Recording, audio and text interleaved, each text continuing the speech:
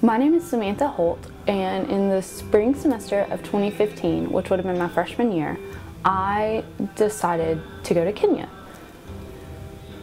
In order for me to get school credit, we developed this honors course, an independent study, to get all of my materials ready for the trip.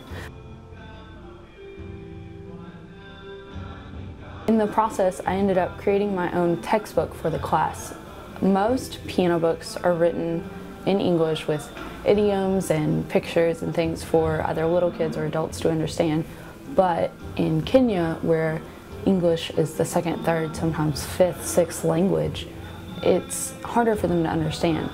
So even though everyone is mandated to learn English for school, all classes are taught in English, it was kind of a struggle. So I went through, I made this book called Beginning Piano, and I made it to where it was just easier to understand. There's bullet points, small little diagrams, and I used this to teach my course. When I got to Kenya, I found out that it's not that different from here, except for one thing. There were colors everywhere. Everything was just so much more colorful. Even though the majority of the buildings were made out of solid concrete, they were painted just gorgeously. Everything that people wore, their clothes, it was just bright, vivid. The things that they made, crafted, and sold at markets, it was incredible. I think that's the most memorable part of my trip.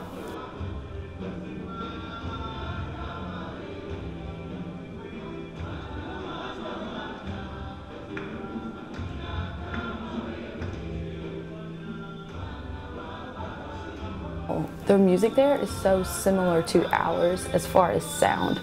You know, you walk into a church here and you'll hear hymns that have been like redone with like drums and guitar, and they're just essentially like a rock version of the old hymns that my grandparents sang. There, it was different. They had drums, so it was all a cappella, or there was a really bad keyboard with like this awful effect on it. But they made it work. They used it, they danced, it was just wonderful. Their voices were incredible, and their native music, like you could just feel that it was different, that their roots and their music history was just coming through all these Western hymns that they had learned from missionaries over the years.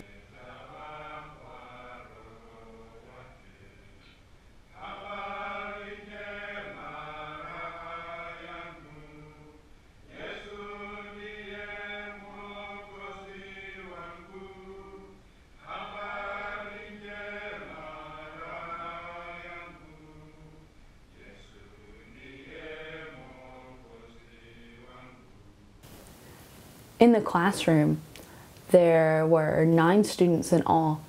Half of the class did not show up until after the second week, which was really odd for me as a college student here in the United States to have to deal with that. But there is just a completely different culture there. Some students had actually been playing keyboard and piano in church before, and others had literally never had a music class. So it was really interesting to see just the wide range in this group of 9 students that I had. Another interesting thing was I was the youngest person in the room. I was teaching these adults when I was 19, and I was a college student in the United States, but I played piano for several years, and they were there to learn from me. And it was this really humbling experience to know that I had something to offer these people.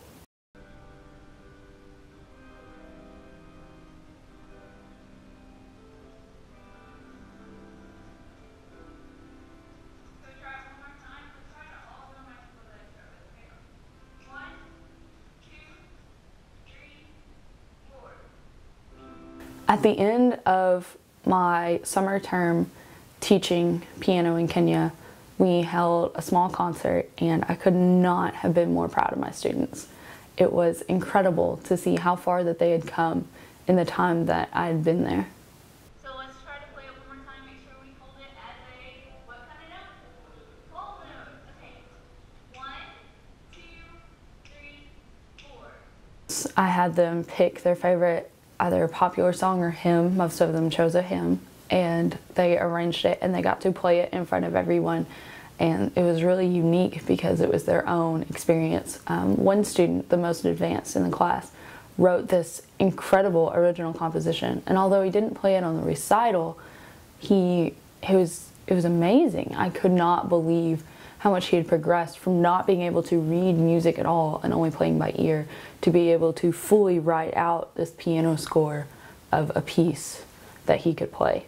I was just amazed at how far these students came over the course of my time there with them. And I made some pretty great friends. We still communicate through email and Facebook, and it was just a great experience, and I can't wait to go back.